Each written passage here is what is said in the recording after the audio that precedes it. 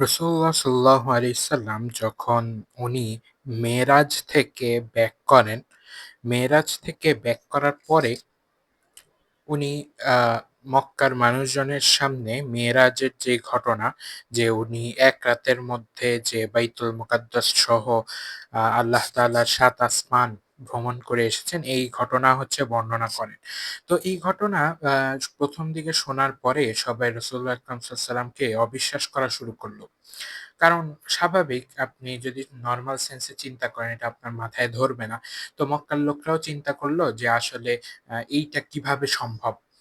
তো তখন তারা আ হযরত আবু বকর রাদিয়াল্লাহু তাআলা আনহুকে আ দেখতে পেল এবং তারা হযরত আবু বকর রাদিয়াল্লাহু তাআলা আনহুর কাছে গিয়ে বলল যে, "আবু বকর, তুমি তোমার বন্ধুকে বিশ্বাস করো?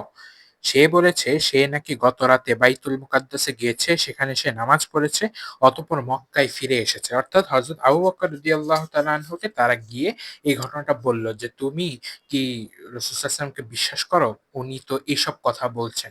এগুলো তো আসলে বাস্তবে পসিবল না।" তখন হযরত আবু বকর রাদিয়াল্লাহু তাআলা আনহুর রিপ্লাইটা এরকম ছিল যে, "তোমরা কি তাকে অবিশ্বাস করো?"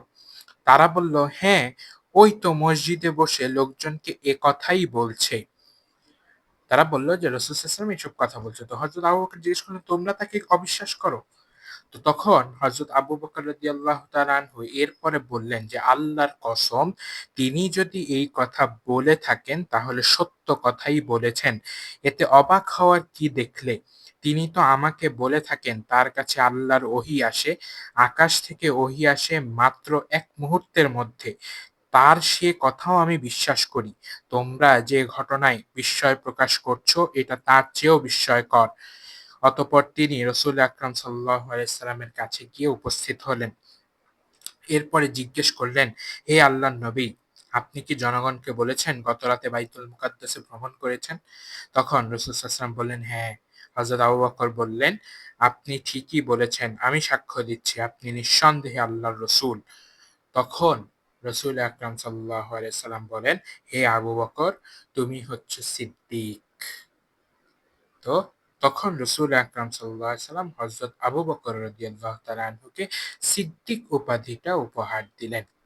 তো আসলে সাহাবা ইকরামের গল্পের মধ্যে আমরা যদি দেখি যে আ যত সাহাবী আ আল্লাহ রাসূল সাল্লাল্লাহু আলাইহি সাল্লামের সান্নিধ্য পেয়েছেন একদম শেষ পর্যন্ত।